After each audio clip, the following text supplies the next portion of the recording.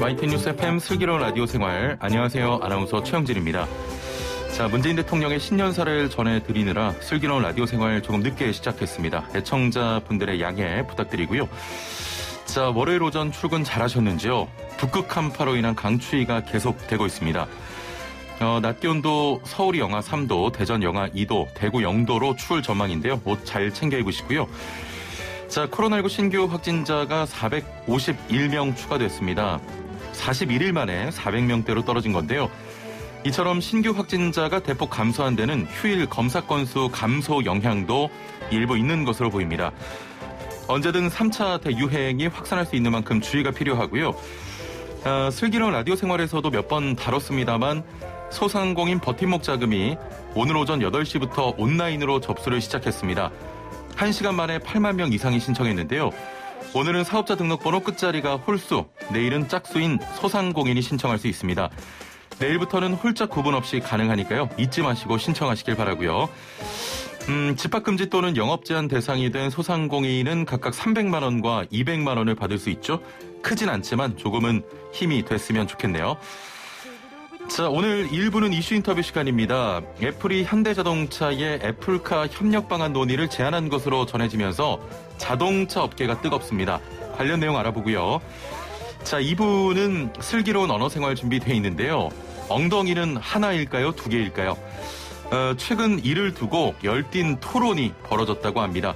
엉덩이의 개수, 언어학적으로 접근하면 어떨까요? 관련 이야기 나눠보죠. YTN 뉴스 FM 슬기로운 라디오 생활 지금 바로 출발합니다. 네, 1부는 생활 속 이슈들을 속속들이 들어보는 이슈 인터뷰 시간입니다. 애플의 자율주행 전기차 개발 소식에 IT와 자동차 등 관련 업계의 관심이 높습니다. 특히 최근 애플이 현대자동차에 애플카 개발 협업 방안 논의를 제안한 것으로 전해지면서 자동차 업계에선 촉각을 곤두세우고 있는데요. 자, 세계적인 스마트 기기 제작 업체와 완성차 제조사의 만남, 과연 어떤 효과가 예상될지 자세한 내용 짚어보겠습니다. 함께 말씀 나눌 분 모셔보죠. 대림대 자동차과 김필수 교수 전화 연결돼 있습니다. 안녕하세요. 네, 안녕하세요. 예, 교수님 잘 지내시죠? 네, 잘 보내겠습니다. 날씨가 이제 추워서 미끄럽습니다. 예. 네. 자, 앞서 말씀드렸던 것처럼 애플이 현대차와 자율주행 전기차 분야에서 협력하는 방안을 논의 중이다, 이런 소식 들려오고 있는데, 네. 이 두 기업의 만남 어떤 효과가 예상이 됩니까?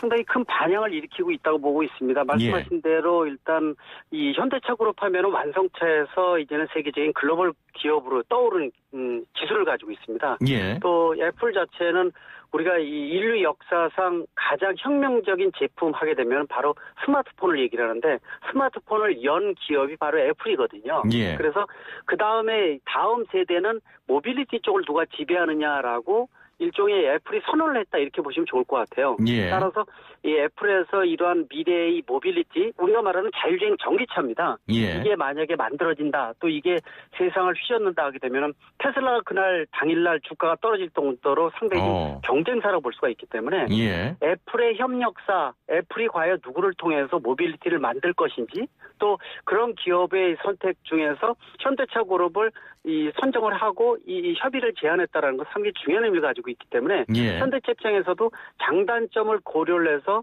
단점을 최소화시키는 방법을 지금 고민 중에 있기 때문에 제가 보기에도 한 달 이내에 답을 주기로 했으니까 아마 2월 초까지 결정될 것으로 지금 보고 있는데 상당히 기대가 된다고 볼 수가 있습니다. 아직 애플에서는 공식적인 입장을 밝히진 않은 상태죠?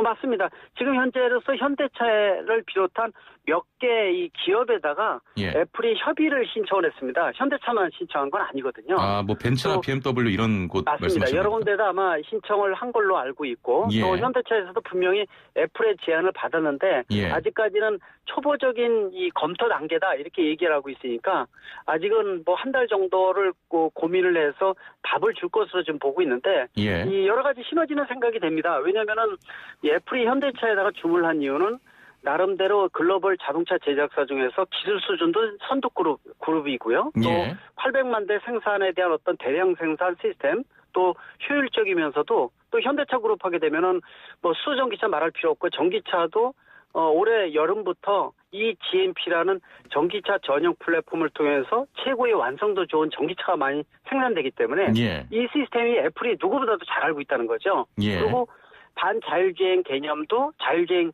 또 뭐 앱티브 같은 합작을 통해서 모셔널이라는 합작 회사를 본격적으로 가동시키고 있고 또 예. 아시겠지만은 작년에 보스턴 다이나믹스사라는 다각 보행 로봇 회사를 인수를 해서 그렇습니다. 험로라든지 특수한 지형이 움직일 수 있는 모빌리티에 이르기까지 예. 선진형으로 나가는 어떻게 보면 앞서가는 기업 중에 하나가 현대차 그룹이기 때문에 예. 애플의 여러 가지 색깔을 넣기도 좋겠다라고 판단을 했다고 볼 수가 있습니다.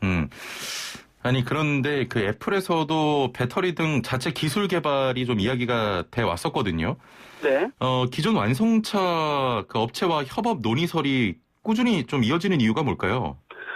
일단은 가장 중요한 것이 테슬라 하게 되면은 뭐 세계적으로 세계 20% 전기차 점유율을 가지고 있는데요. 예. 자동차 제작사가 아닌 상태에서 차를 만들다 보니까 상당히 고민되는 것도 많습니다. 예. 작년에 국내에서도 모델 X가 화재가 생겨서 탑승자 한 명이 사망을 했었는데 뭐 탈출로에 대한 것들도 일부 없는 부분도 있고요. 전원이 예. 나가게 되면은 완전히 셧다운이 돼버리는 부분들이 많이 있거든요. 그러다 보니까 애플에서도 모빌리티 하게 되면은 일반 휴대폰이나 가전제품 같은 경우에는 고장나면 그냥 버리면 되거든요. 고치면 예. 되는 겁니다. 예. 그러나 고속으로 움직이는 모빌리티는 탑승자의 생명이 담보로 돼 있기 때문에 안전장치에 대한 것들은 글로벌 자동차 제작사만큼 잘 아는 기업이 없다는 거죠. 그래서 이 기술도 노하우도 가지고 있으면서 미래 지향적이면서도 그러면서도 안전에 대한 장치에 대한 것들이 이 함부로 접근하기는 어렵다는 것을 애플이 충분히 이해를 하고 있다고 보고 있기 때문에 예. 그래서 그러한 노하우를 가지고 있으면서도 대량 생산 또 생산의 효율에 대한 부분들 그러면서도 전기차라든지 자율주행 개념을 충분히 이해를 하고 기술을 갖고 있는 그룹 하게 되면은 현대차 그룹 빼놓을 수가 없기 때문에 예. 그런 측면에서 이 글로벌 자동차 제작사 중에 현대차를 택일했다 이렇게 보고 있고 자동차 제작사가 안전을 보장할 수 있는 이런 시스템이 바닥에 깔려있기 때문에 예. 이 자동차를 만들지 않은 기업에다가 이거를 제의하기는 상당히 어려운 부분이 있지 않았나 이렇게 판단할 수가 있습니다. 예. 만약에 협업을 하게 된다면 네. 현대차에서는 플랫폼만 제공하게 되는 겁니까? 아니면 어떤 방식이 좀 될까요? 완전히 결정된 건 아닙니다. 일단 예. 애플에서도 그런 얘기가 많이 나왔습니다. 애플카를 선언을 하면서 기존의 자동차 제작사의 공장을 인수를 해서 만들 것인지 아니면은 지금 스마트폰, 아이폰 하게 되면은 이 대만의 폭스콘 이런 데다가 설계도를 모두 줘서 주문, 하청 생산해서 쓰고 있는 시스템이거든요. 예. 이런 방식으로 하청을 줘서 모빌리티도 받아서 자기네 시스템을 심은 거죠. 예. 예를 들어서 뭐 소프트웨어나 오퍼레이팅 시스템을 심어가지고 그 모빌리티를 받아서 비즈니스 모델로 활용할 수 있는 방법이 있는데 어느 걸로 결정됐는지는 완전치 않지만은 후자일 가능성, 말씀드린 대로 하청을 줄 가능성이 높다는 겁니다. 예. 그러나 잘못하게 되면 현대차 입장에서는 그런 고민도 생길 수밖에 없습니다. 왜냐하면은 이미 이 프리미엄 브랜드도 선언을 해놨죠. 또 예. 말씀드린 대로 다양한 어떤 자율주행이라든지 전기차라든지 기술 수준 자체가 이 GMP라는 전기차 전용 플랫폼도 오픈을 했고요. 예. 그래서 현대차 브랜드를 극대화시켜서 그룹의 어떤 이미지나 브랜드 이미지를 올려야 되는데 만약에 잘못해서 애플의 하청 기업으로 나간다 그러면 애플 로고가 들어가고 어떻게 보면 현대차 그룹 입장에서는 차만 모빌리티만 제공을 하지 현대차의 브랜드 이미지는 제공을 할 수가 없거든요. 예. 이런 고민이 있다는 겁니다. 단순하게 하청만 할 것이냐 아니면은 현대차 브랜드를 같이 갈 것이냐. 예, 그래서 예. 제가 보기에는 애플하고 한 달 동안의 협업을 통해서 어떤 협의 사항이 나오는지가 가장 중요하다고 볼 수가 있어요. 예를 들어서 애플이 독자적으로 우리가 말하는 이 파먹은 이 사과 모양으로 로고만 나갈 것인지 예, 예. 아니면은 현대차하고 공동 로고를 쓸 것인지 또 예를 들어서 애플에다가 모빌리티 하청을 제공을 해주지만은 현대차가 독자적인 브랜드로 같이 투트랙으로 갈 것인지 예, 예. 이런 여러 가지 부분들이 협의가 어떻게 나오느냐가 관건이기 때문에 동전에 어둡고 밝은 부분이 분명히 존재한다고 볼 수가 있습니다. 그렇군요. 네. 자, 만약에 양측의 그 최종 계약이 성사될 경우에 네. 양산 차량은 몇 년도쯤에 좀 나오겠습니까? 일단 애플카는 2024년에 이 출시를 하겠다 이렇게 발표를 했습니다. 예. 근데 실질적으로 2024년 하면은 지금 뭐 3년, 4년, 3년 반 4년뿐이 남지는 않았기 때문에 예. 아마 시간적으로 굉장히 좀 짧다고 보고 있어요. 그리고 배터리도 차세대 배터리부터 각종 오퍼레이팅 시스템에 대한 것들을 심어주기 위해서 시간이 지금 많이 걸린다 이렇게 보고 있어서 예. 실질적으로는 2024년보다도 2, 3년 늦어질 가능성이 있어요. 그래서 2026년, 27년 가능성도 충분히 있다고 보고 있는데요. 예, 예. 일단은 협의가 어떻게 나올 것인지 또 어떤 그림을 그려서 그러나 이제 장점이 될 수 있는 건 내연기관차는 3만 개의 부품이니까 이렇게 만들 수가 없는데 전기차는 약 15,000개에서 18,000개의 부품이니까 약 과반이거든요. 예. 또 배터리 등 모듈 개념으로 집어넣을 수가 있기 때문에 우리가 얘기하면은 모듈 몇 개만 모이면은 전기차를 만들 수 있다라는 측면에서 내연기관차는 근본이 틀리다고 말씀드릴 수가 있습니다. 예. 그러나 안전이 전제돼 있어야 되고 또 대량 생산 체제 또 시스템을 심어줘야 되고 또 배터리에 대한 차세대 설계라든지 이런 것들을 고려를 한다면은 2026, 7년 정도가 되지 않을까. 또 빨리 될 수도 있지만은요. 예, 예. 일단 고민되는 부분이라고 보고 있습니다. 예. 참 그 애플의 힘이 대단한 게 그 현대차가 이번 협력 소식에 9년 만인가요? 사상 최고가를 경신을 하고 있거든요. 주가가. 맞습니다. 예. 상당히 좀 높다고 보고 있는데 현대차뿐만이 아니라 뭐 계열사까지도 다 올라갈 수밖에 없습니다. 그러니까요. 왜냐하면 현대차 자체가 모듈별로 해서 시스템으로 움직이는 기업이라는 것을 예. 애플이 누구보다도 잘 알고 있거든요. 그러다 보니까 애플이 그만큼 세계적으로 누가 협력사가 될 것이냐가 관심이 될 수밖에 없기 때문에 예. 또 새로운 패러다임을 여는 시작점이라고 보시면 될 것 같아요. 애플하고 글로벌 자동차 제작사 현대차가 묶어서 하나의 그림이 나온다 그러면은 테슬라 같은 세계적으로 주도하는 기업 입장에서도 가장 큰 경쟁자가 나오기 때문에 두려움의 대상이 될 수도 있고요. 그러나 말씀드린 대로 단순한 또 하청 개념이라든지 이런 개념으로 쓴다면은 고민이 많고요. 예를 들어서 휴대폰만 보더라도 우리가 두 개가 안드로이드 시스템하고 이 아이폰 시스템 두 가지를 쓰고 있거든요. 그렇죠. 근데 이 안드로이드 같은 경우만 하더라도 이 휴대폰을 마음대로 만들고 안드로이드를 그냥 씹어주는 일종의 보편적인 플랫폼을 집어넣을 수가 있습니다. 예. 근데 애플 같은 경우는요.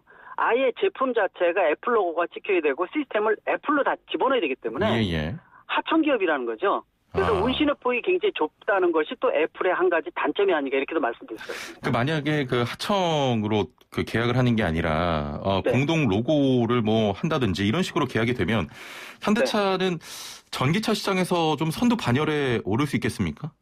그렇습니다. 어떻게 보면은 지금 현대차가 못 가지고 있는 거를 애플이 많이 가지고 있습니다.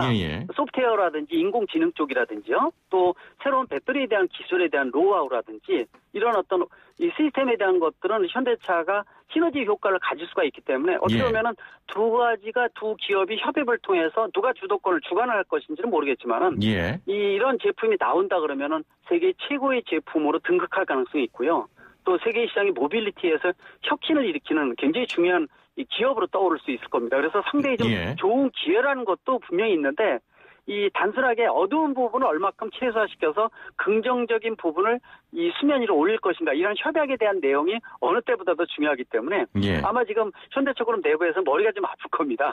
이게 과연 이 장단점에 대한 것들 단점을 어떻게 최소화시켜주느냐가 관건이기 때문에 분명한 것은 세계적인 글로벌 기업으로 떠오를 수 있는 굉장히 중요한 기회가 되지 않을까 이렇게 긍정적으로 볼 수도 있습니다.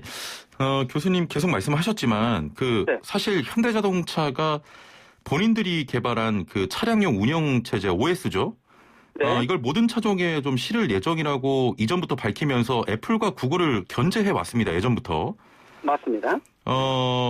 만약에 현대차가 애플과 협력할 때 계약을 좀 잘못했다라고 하면 이게 본인의 경쟁력을 또 잃을 수 있거든요. 그런 부분이 좀 우려가 될 것 같은데요. 분명히 우려가 됩니다. 말씀드린 대로 이 현대차는 독자적으로 지금까지 정의선 회장 체제, 물론 이제 부회장 때부터 실질적으로 여러 가지 합종 연행이라든지 저가의 동침을 통해서 시너지를 내기 위해서 굉장히 노력을 많이 했거든요. 또 미래 모빌리티는 본격적으로 융합 제품이라는 측면에서 그래서 전기차, 수소전기차, 또 자율주행, 또 이걸 가지고 비즈니스 모델을 하는 공유 모델, 또 이 특수 지원 같은 데 갈 수 있는 이동 모빌리티 같은 데 이런 다양한 모델을 통해서 특히 이제 말씀하신 오퍼레이팅 시스템 이 전기차가 앞으로는 어떤 시스템을 심어주느냐가 굉장히 중요한 부분이거든요. 자동차의 전용 플랫폼 또 소프트웨어와 더불어서 인공지능까지 포함되는데 이런 독자적인 부분들을 현대차가 그림을 그렸다 그러는데 애플은 또 나름대로 자신의 OS를 집어넣기 위해서 굉장히 노력을 많이 할 겁니다.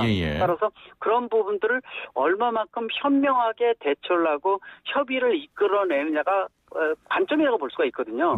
물론 양쪽의 주장대로 한다면은 이거는 협약 내용이 나오기는 어렵다고 이렇게 보고 있는데 그러나 미래는 네 거 내 거 모두 100% 내가 갖기는 어렵습니다. 예. 얼마만큼 장점을 갖는 기업들이 합종연행 또는 저가의 동침을 통해서 시너지 효과를 내느냐가 관점이기 때문에 예. 좀 더 한 걸음 양보해서 세계 시장을 독점하자, 주도하자라는 생각을 가진다면 생각 이상으로 굉장히 좋은 모델도 나올 수가 있기 때문에 알겠습니다. 앞으로가 몇 주 사이가 가장 중요한 시기가 아닌가 이렇게 판단할 수가 있습니다. 자, 이제 마지막 질문 좀 드려볼 텐데요. 이번 현대자동차와 애플의 그 협업, 어떻게 보면 전반적인 자동차 산업의 형태도 좀 달라질 것 같은데 어떤 점을 좀 유심히 지켜봐야 되겠습니까? 올해부터 전기차 전용 플랫폼이라는 게 현대차만 나오는 게 아니라 글로벌 기업들이 모두 다 만들어내기 시작을 했습니다. 다시 말하면은 위에 플랫폼 바닥에다 배터리 모터 시스템, 중요한 시스템 깔아놓고 위에다가 덮개만 바꿔주면은 여러 차종을 만들 수 있는 흑자 모델이 전용 모델, 전기차 전용 플랫폼이라고 볼 수가 있기 때문에 패러다임 자체가 완전히 바뀐다고 보시면 돼요. 이제는 찍어내는 거고 여기다가 자율주행을 집어넣어서 각종 비즈니스 모델이 다양하게 창출되는 이러한 세상이 바뀌는, 어떻게 보면 기존의 130년의 내연기관 역사가 뒤바뀌는 시기가 5년에서 10년 사이에 본격화된다는 거기 때문에 그런 미래의 어떤 모빌리티에 대한 이용 방법을 통해서 다양한 비즈니스 모델을 누가 먹느냐가 가장 중요한 관건이기 때문에 아마 현대차 그룹 입장에서도 이러한 좋은 기회를 놓치지 않기 위해서 노력할 것이고 애플도 마찬가지이기 때문에 100% 내가 다 가져갈 수는 없습니다. 알겠습니다. 얼마만큼 협업을 통해서 만들어내느냐가 관점이라고 보시면 좋을 것 같습니다. 예, 알겠습니다. 오늘 말씀 여기까지 듣겠습니다. 감사합니다. 네, 고맙습니다. 네, 지금까지 대림대 자동차과 김필수 교수와 함께했습니다. 네, 슬기로운 생활을 위한 생활백서, 오늘은 경기도 소식입니다. 자, 경기도에서 긴급한 보호가 필요한 중증 장애인을 대상으로 경기도 장애인 365 쉼터를 운영하고 있는데요. 자세한 내용 경기도 장애인 시설팀의 이효상 팀장 연결해 들어보겠습니다. 팀장님 안녕하세요. 안녕하세요. 경기도 장애인시설팀장 이효상 사무관입니다. 예. 자, 장애인 365 쉼터에 대한 간략한 소개 부탁드리겠습니다. 네. 저희 경기도에서는 유휴공간이 있는 장애인 거주시설과 단기 거주시설을 장애인 365 쉼터로 지정하여 보호자의 입원, 경조사 참석, 여행 등 예상치 못한 상황으로 긴급한 보호가 필요한 장애인에게 일시 돌봄 서비스를 제공하고 있습니다. 예. 보호자는 말씀하시죠. 예, 보호자는 돌봄 부담을 덜고 입소자는 다양한 서비스를 받을 수 있어 만족도가 매우 높고 재이용률도 높습니다. 예. 자, 그렇다면 입소자들은 구체적으로 어떤 서비스를 받게 됩니까? 장애인 365 쉼터의 돌봄 서비스는 크게 세 가지로 나눠지는데요. 첫째, 숙식 제공과 전반적인 일상생활 케어 등 기본적인 서비스를 지원하고, 둘째, 응급 상황 발생 시에 치료를 지원하며, 마지막으로 타 사회복지 시설 및 지역사회 자원과의 연계를 지원하고 있습니다. 현재 경기도 내 장애인 365 쉼터는 총 몇 곳이 운영되고 있습니까? 현재 도내 장애인 365 쉼터는 총 10개소가 운영되고 있습니다. 성남, 부천, 안산, 시흥, 광주, 군포, 양평, 남양주, 의정부, 양주시에서 운영 중인데 금년도에는 이천, 여주, 포천시도 추가되어 총 13개소가 운영될 예정입니다. 그렇다면 입소 정원은 몇 명일까요? 쉼터 입소 정원은 총 4명입니다. 쉼터로 활용할 장애인 거주시설 내 유휴공간이 하나뿐일 경우에는 동일한 성별만 입소하도록 하여 철저한 관리를 하고 있습니다. 입소 유형은 긴급 입소와 일반 입소로 나뉘어지는데요. 긴급 입소는 보호자의 입원과 경조사 등으로 신속한 입소를 요하는 경우로 증빙 자료를 제출해야 하며 최다 4명까지 우선 입소가 가능합니다. 일반 입소는 보호자의 여행 등 기타 사유로 2명을 초과할 수 없습니다. 쉼터를 이용하실 분들도 있을 텐데 운영 시간과 좀 이용료도 궁금하거든요. 장애인 365 쉼터는 365일 24시간 운영됩니다.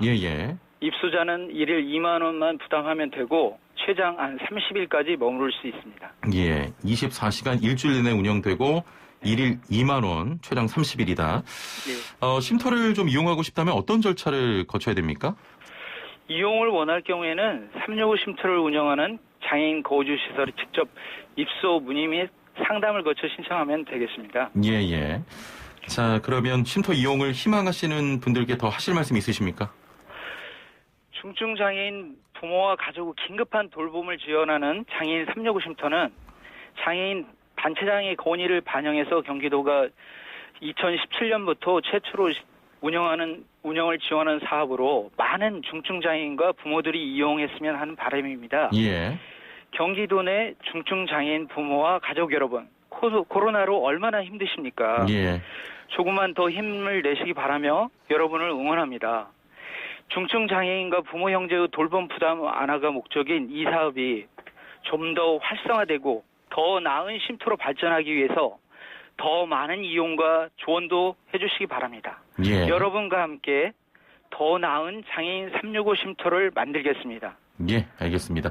자, 이용을 원하시는 분들은 365 쉼터를 운영하는 장애인 거주시설에 직접 입소 문의 및 상담을 거쳐서 신청하시면 되겠습니다. 자, 오늘 말씀은 여기까지 듣겠습니다. 감사합니다. 감사합니다. 네, 지금까지 경기도 장애인시설팀의 이효상 팀장이었습니다. 네, 1부는 여기서 마치고요. 2부는 슬기로운 언어생활 준비되어 있습니다. 자, 오늘 재밌는 주제인데요. 엉덩이는 하나일까요? 두 개일까요? 최근 이와 관련해 열띤 토론도 있었다고 합니다. 여러분의 생각도 궁금한데요. 단문 50원, 장문 100원의 유료 문자 샵 0945번으로 보내주시길 바랍니다. 언어학적 관점에서 풀어보도록 하죠. 57분 날씨와 교통정보 듣고 2부에서 뵙겠습니다. 네, 슬기로운 라디오 생활 2부 생활에 도움이 되는 숫자 뉴스로 시작합니다. 먼저 첫 번째 숫자는 소상공인 3차 재난지원금 지급 시작입니다. 자, 오늘 오전 8시부터 소상공인 3차 지원금 버팀목 자금 신청이 시작이 됐습니다. 오전 중에 신청하면 빠르면 오늘 오후부터 지급이 된다고 하는데요. 접수가 시작되자마자 1시간 만에 8만 2천여 명이 신청을 마쳤습니다.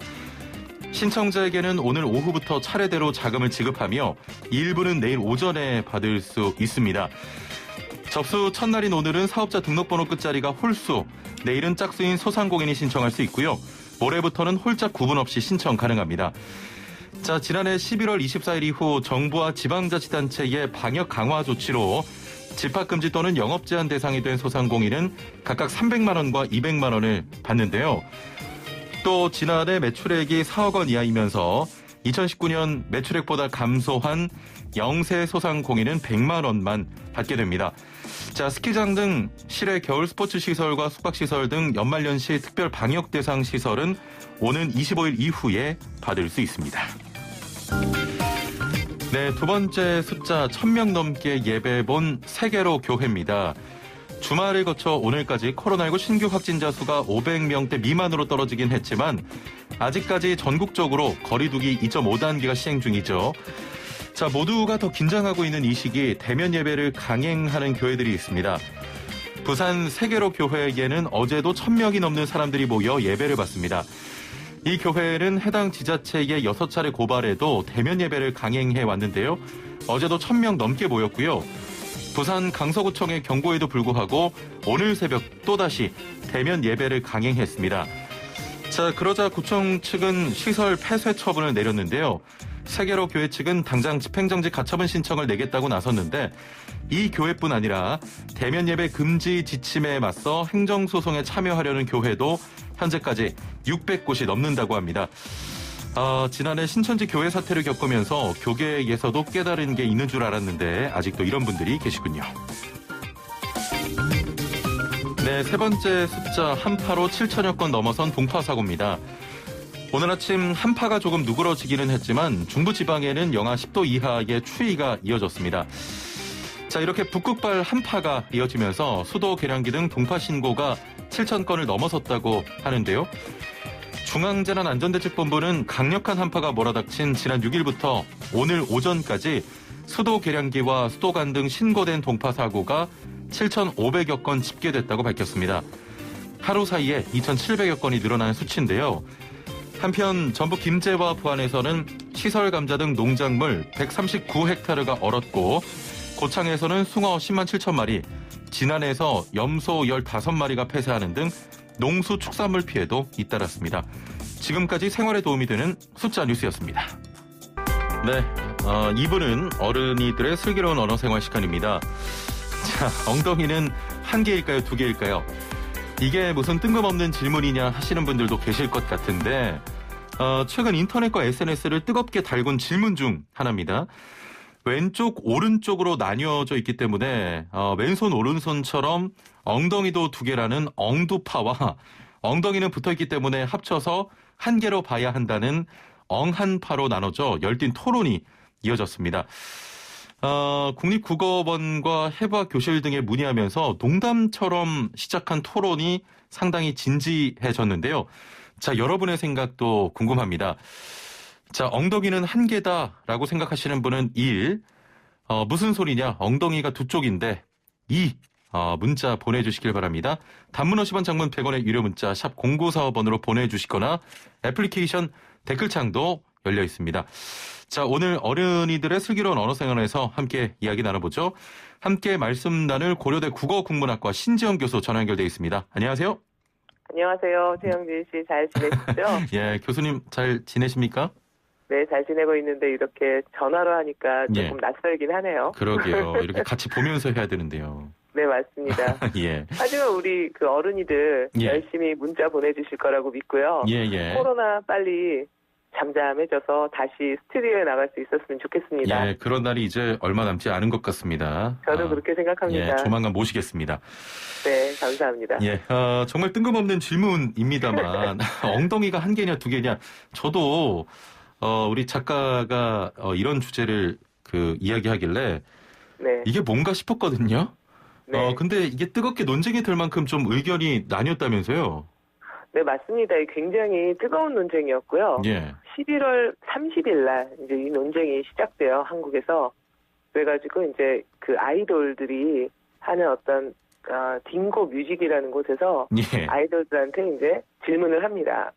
엉덩이는 한 개냐, 두 개냐? 엉덩이는 몇 개냐? 더 정확하게 말하면 엉덩이는 몇 개냐? 이렇게 질문을 하게 되고 그것에 대해서 이제 당황하면서 아이돌들이 나름대로의 논리를 대면서 엉덩이가 하나다. 이렇게 얘기한 사람이 생겼고 아니다. 엉덩이는 두 개다. 이런 얘기가 이제 돌면서 아까 말씀해 주셨듯이 뭐 전문가들을 이제 인터뷰하면서 엉덩이 개수의 논쟁이 벌어지게 되었죠. 그런데 사실 이 엉덩이 개수 논쟁은 그 전에 미국에서도 또 이런 논쟁이 있었어요. 유사한 논쟁인데요. 아, 그렇군요. 빨대의 구멍은 몇 개냐? 네, 빨대 구멍 몇 개일까요? 저는 하나라고 생각하는데요. 하나인가요? 그런데 위에도 구멍이 있고 아래도 구멍이 있잖아요. 하나입니다. 하나인가요? 그렇죠? 한 개일까요? 정말 생각을 해보지 않은 주제인데. 그렇죠. 그 다음에 또 빨대에는 구멍이 없다. 온전한 빨대에는 구멍이 어딨냐? 이런 입장도 있었거든요. 그러네요. 구멍이 있기 때문에 구멍이 빨대인데. 안 뚫린 빨대니까. 빨대에 구멍이 안 뚫렸는데 구멍이 있다고 얘기하기는 말이 안 된다. 이래서 구멍이 0개, 없다. 이런 이제 입장도 있었죠. 굉장히 재밌죠? 굉장히 신기하네요. 네, 신기하죠. 그 논쟁은 2017년 말에 있다가 2018년에 포브스라는 곳에 그 과학자가 기고를 합니다. 수학자가. 그러면서 구멍은 한 개다로 이제 종료가 돼요. 종료가 됩니까? 그런 것도 종료가 있습니까? 그러니까 그걸 이제 유형론적으로 이제 접근을 해가지고 수학적으로 설명을 하면서 홀의 개수는 그러니까 그 빨대의 구멍은 한 개다 이렇게 종료가 되었죠. 하지만 그거는 이제 수학적인 관점인 거예요. 그렇죠. 그런데 지금 우리가 이제 엉덩이는 이 홀 얘기를 한 게 구멍 얘기를 한 게 엉덩이 개수하고도 이게 관련이 있기 때문에 함께 이제 이야기를 나눠보기 위해서 했는데요. 여러분들은 어떻게 생각하시는지 굉장히 궁금하네요. 엉덩이 개수에 대해서. 아니 근데 굉장히 신기한 게요. 이게 좀 절반으로 나뉘네요. 5324번님 2개, 2498번님 2개, 6994번님 1개, 1158번님 1개, 8403번님 엉덩이는 2개입니다. 3409번님 1개. 지금 그리고 이렇게 나뉘네요. 아주 뜨거운데요? 그러게요. 굉장히 뜨거운데 우리 최영진 아나운서는 한 개인가요? 두 개인가요? 전 한 개요. 한 개. 왜요? 엉한파시네요. 아니 만약에 그 사람들이 몰려 있잖아요. 한 5명이 몰려 있습니다. 그 엉덩이 10개 내라고 안 하잖아요. 엉덩이 5개 내라고 하지 않습니까? 자, 그러면 이제 엉덩이 얘기를 하기 전에 예. 제가 볼 때는 엉덩이가 어디인가 거기서부터 한번 같이 이야기를 해야 예. 우리가 서로 엉덩이가 무엇인지부터 알아야지 이제 더 진전이 될 것 같아요. 예. 자, 엉덩이가 어디죠? 우리가 엉덩이하고 비슷한 말들이 이제 주변에 떠오르는 말들이 있잖아요. 뭐 볼기도 있고 궁둥이도 있고요. 그렇죠. 예. 그렇죠. 예. 엉치, 궁둥이 뭐 이런 말 있죠. 예. 자, 그럼 궁둥이, 볼기, 엉덩이 어떻게 다르죠? 모르죠. 네, 모르나요? 자, 다르니까 다른 말을 쓴 거겠죠, 그죠? 아, 그래요? 예. 그렇죠. 다르니까 다른 말을 쓰죠. 같은데 다른 말을 쓰지는 않을 것 같아요. 예. 자, 그러면 우리가 보통 엉덩이 주사 맞는다 이런 말을 하잖아요. 예. 어디에다 넣죠? 엉덩이 윗부분? 그러니까 윗부분. 우리가 보통 얘기하는 윗부분, 아랫부분. 윗부분. 윗부분이죠. 예. 그렇죠? 예. 이렇게 엉덩이는 보통, 엉덩이 사실 두 가지 의미를 가지고 있는데요. 볼기부터 볼게요. 볼기는 허리부터 시작해서 허벅지 사이에 있는 그 신체 기관, 그 신체 부위, 거기를 통칭해서 다 합해가지고 볼기라고 합니다. 예. 이게 이제 볼기가 더 위의 개념인 거죠. 예. 그런데 그 볼기를 조금 더 자세하게 나눈 거. 이게 엉덩이와 궁둥이에요. 예. 자, 볼기 중에서 앉았을 때, 의자에 앉았을 때 닿는 부분, 거기가 궁둥이에요. 아, 아래쪽. 아랬죠. 예. 그러니까 그러니까 궁둥이가 해졌어 이렇게 얘기할 때는 바지 궁둥이가 해졌네 이렇게 얘기할 때 우리가 생각해 보면 잘 알 수가 있죠. 예. 자, 그다음에 이제 궁둥이 윗부분, 그러니까 볼기의 윗부분 거기를 엉덩이라고 합니다. 아, 그렇군요. 또 이렇게 다르군요. 네, 그렇죠. 그래서 볼기가 전체고 윗부분이 엉덩이, 그다음에 아랫부분이 궁둥이가 됩니다. 예. 그런데 엉덩이라는 말이 사실은 볼기하고 똑같은 의미로도 쓰여요. 예. 그러니까 엉덩이 개수라고 얘기할 때는 볼기하고 같은 의미의 전체를 얘기하는 것. 이렇게 생각하시면 좋을 것 같습니다. 자, 그럼 이제 좌표가 찍어졌죠? 예. 네, 자, 그러면 이제 엉덩이 개수로 더 들어가 볼까요? 엉덩이는 한 개일까? 두 개일까? 우선 이 논란의 배경을 이제 알았으니까 이 논란에 대해서 어떤 사람은 어떤 입장을 취하는지에 대해서 조금 이야기를 같이 나누어 보겠습니다. 예.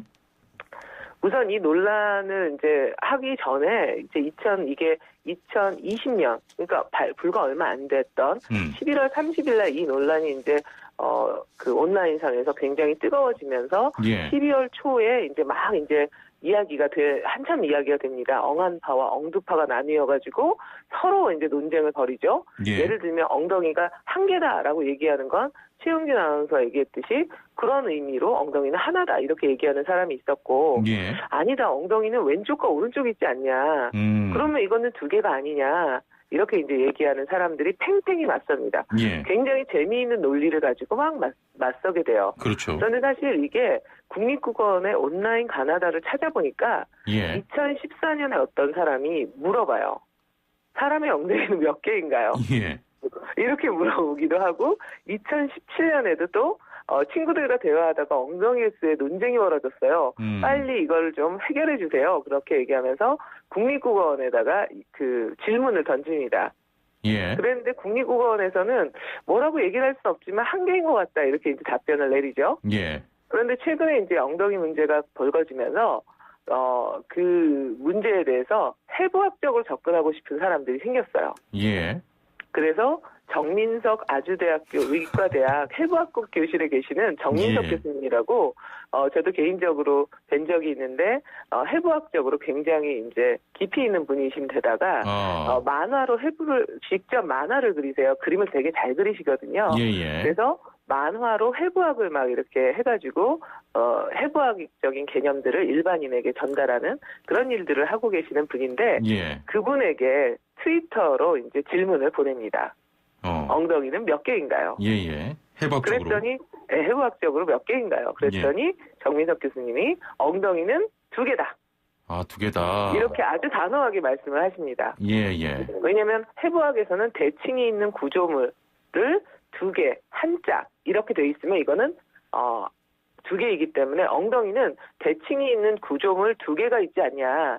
그러니까 이거는 엉덩이가 두 개다. 이렇게 딱 답변을 내려주시는 거죠. 아, 그렇군요. 그래서 엉덩이 논란이 막 이렇게 잠재워지는 것처럼 보였어요. 그런데. 그런데 생각을 해보니까 좀 이상한 거죠. 엉덩이가 두 개 아닌 것 같은데? 이런 이제 생각이 벌어지니까 그러면 언어학적으로는 몇 개라고 사람들이 생각하는 것일까?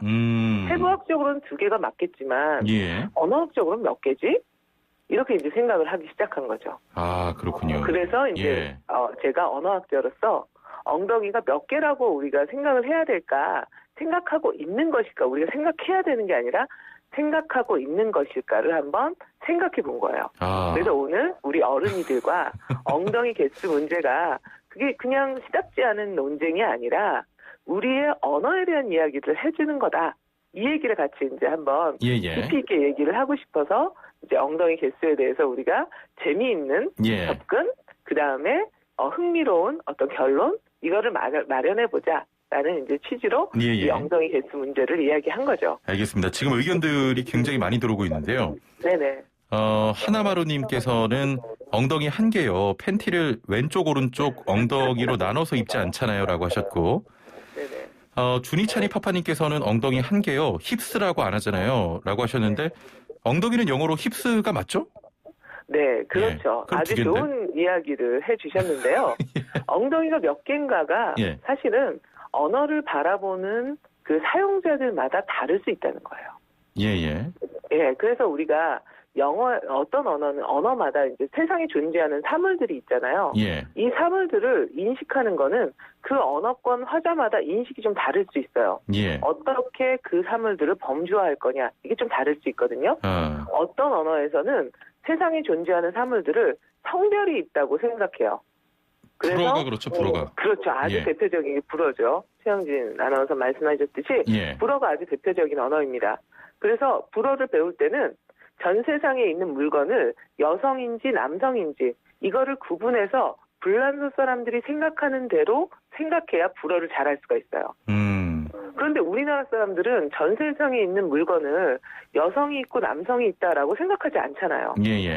그러니까 불어를 배우기가 어려워지는 거죠. 그렇군요. 그러니까 이제 전 세상에 있는 물건을 어떻게 인식할 거냐는 언어 사용자마다 다르다는 거예요. 뿐만 아니라 불어는 숫자에도 민감하죠. 그래서 영어처럼요. 영어도 아주 대표적인데 아까 힙스라는 말을 했던 것도 같은 이제 맥락인데요. 영어에서는 존재하는 것이 어떤 물건이 있을 때 그것이 셀 수 있는 것인지 셀 수 없는 것인지를 먼저 생각합니다. 그 기억나시죠? 영어 문법에서 가산명사, 불가산명사. 자, 그러면 이제 가산명사라고 해서 셀 수 있다. 그러면 한 개인지 아니면 여러 개인지가 중요해요. 그래서 개수가 되게 중요하게 이제 민감하게 반응하죠. 그러니까 힙이라고 하지 않고 영어에서는 두 엉덩이를 같이 이야기할 때는 힙스라고 말해줘야 돼요. 그리고 입술 있잖아요, 입술.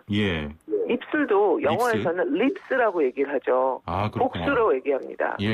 그렇게 얘기해야 된다라고 생각하는 거예요, 그 사람들은. 하지만 한국어는 어떻죠?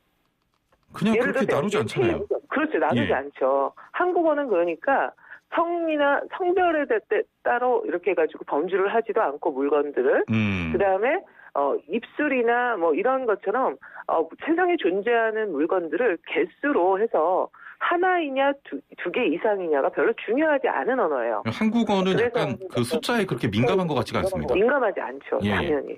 그래서 우리가 보통 그 책상에 컵이 있다 이렇게 얘기하면 컵 하나가 있을 때도 책상에 컵이 있다 이렇게 얘기할 수 있고요.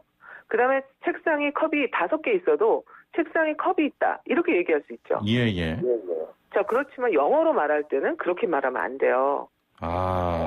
영어로 말할 때 책상에 컵이 하나가 있으면 어떻게 말을 해야 되죠? 영어 시간이네요. There are two cups on the table? 그렇죠. 두 개면 two cups on the table 이렇게 얘기해야 되고요. 한 개이면 there is a cup on the table 해서 a cup이냐 two cups냐 아니면 cups냐 그냥 그러니까 컵스 하면 2개 이상이면 컵스라고 꼭 표현을 해줘야 된다는 거예요. 이렇게 영어를 배울 때 그래서 우리가 어려운 게 가산명사인지 불가산명사인지 셀 수 있다면 한 개인지 여러 개인지를 막 구분해야 되거든요. 그런 차원에서 영어권 사람들은 어떻게 생각하냐면 힙이 두 쪽이 있으니까 이거는 힙스다. 입술이 위아래로 있으니까 이어져 있지만 립스다 이렇게 생각하는 거죠. 알겠습니다. 교수님 저희 문자가 좀 많이 들어와서 네네네. 중간중간 좀 소개를 해드릴게요. 재미있는 문자가 많이 왔는데. 네. 1880번님께서는 엉덩이가 두 개려면 의학적으로 접근하셨네요. 항문도 두 개여야 합니다. 라고 하시면서 한 개다라고 하셨고, 네. 6188번님께서는 지난해부터 계속 이어져 온 우리나라 정치 양극화 이야기를 하신 것 같은데 6188번님 엉덩이는 하나입니다. 자꾸 나누려고 하지 맙시다. 나라가 나뉜 것도 서러운데라고 남북을 이야기하신 것 같네요. 네네. 재미있는 의견들이 많습니다. 네, 그렇죠. 그럼 조금 나가 볼게요. 이제 엉덩이 논란을 어느 정도는 해결해야지 우리가 그렇죠, 머리가 그렇죠. 좀 상쾌해지면서 새해를 맞을 수 있으니까요. 그래서 이 엉한파 엉두파가 싸우지 말고 우리가 한번 생각해보자 이런 차원에서 말씀드렸습니다. 자, 그러면 엉덩이는 한국어 사용자들에게 엉덩이는 하나일까요? 두 개일까요? 한 개요. 사실은 그러니까 한국어 사용자들에게 엉덩이는 한 개인가 두 개인가 혹은 전 세계적으로 그냥 아무것도 없이 엉덩이는 하나인가 두 개인가 사실 하나라고 봐도 맞고 두 개라고 봐도 맞는 거예요. 예. 자, 그런데 한국 사람들한테는 어떨까? 한번 한국어 하자들에게 엉덩이는 몇 개인가를 생각해 볼게요. 엉덩이가 몇 개인가요? 라는 질문을 받고 최영진 아나운서 혹시 당황하지 않았어요? 당황하죠. 당황스럽죠? 예. 자, 그럼 눈은 몇 개인가요? 사람한테 눈이 몇 개죠? 두 개. 자, 귀가 몇 개죠? 두 개요. 그런데 왜 엉덩이가 몇 개죠? 할 때는 당황스럽죠? 이상하죠? 예. 그 얘기는 뭐냐면 한국어 사용자들은 숫자를 나누어서 이제 보지 않는다고 그랬잖아요. 이 물건들을. 근데 의미가 있을 때만 숫자로 나누어서 생각해요. 그러니까 눈은 두 개가 있다고 생각하고 의미가 있으니까 눈이 몇 개죠? 두 개요. 이렇게 평소에도 언어적으로 생각하는 거예요. 하지만 엉덩이처럼 굳이 나눌 필요가 없다고 생각할 때 이럴 때는 엉덩이 개수를 생각하지 않는다는 것은 하나로 통으로 본다는 걸 반증하는 거죠. 그러니까 사실은 한국어 사용자들한테 엉덩이가 몇 개냐 그렇게 이제 생각을 한국어 언어학적으로 엉덩이가 몇 개라고 보느냐 한국 사람들이 그러면 한국 사람들은 엉덩이를 개수로 세지 않는 걸 봐서 한 개라고 생각하는 거다. 이렇게 이제 엉한파를 이렇게 지지할 수밖에 없는 그런 일이 벌어집니다. 자, 그렇다면 왜 엉한파, 엉두파가 나누게 되었을까? 이거는 우리가 그냥 질문을 받았을 때는 질문을 받기 전에는 엉덩이는 그냥 통으로 하나다. 별로 중요한 개수가 아니기 때문에 세지 않았단 말이에요. 그런데 갑자기 그 질문을 받으니까 언어의 세계를 넘어서 이제 논리의 세계로 들어가게 돼요. 논리적으로 따져보니까 엉덩이 왼쪽과 오른쪽이 있네? 이거 두 개 아니야?